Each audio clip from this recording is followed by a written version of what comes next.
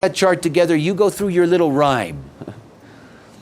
Right away, you know everything that you need to know about the general process of that relationship. You really do. You know whether they've got work to do. You know whether or not they have an outlet that can be terrific for them. You know where those outlets are. And then you can look to see the way they come together.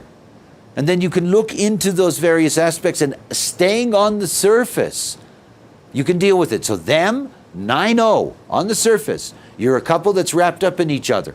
You have to solve your problems within your relationship. You have to work things out within your relationship, or your relationship will fail.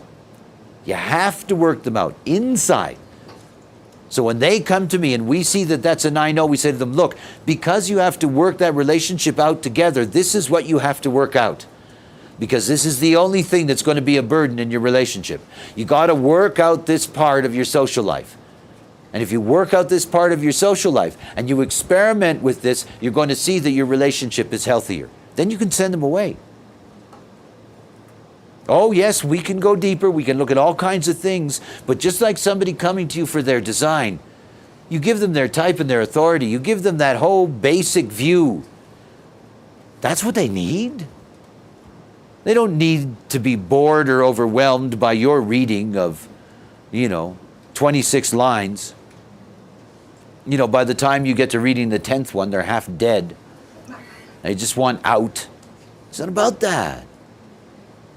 What they want to know is why they're there. They're there because they're in trouble. They're there because their life's in trouble. They're in trouble on the inside. They know it. They're there because they know there's something else. They don't know what it is.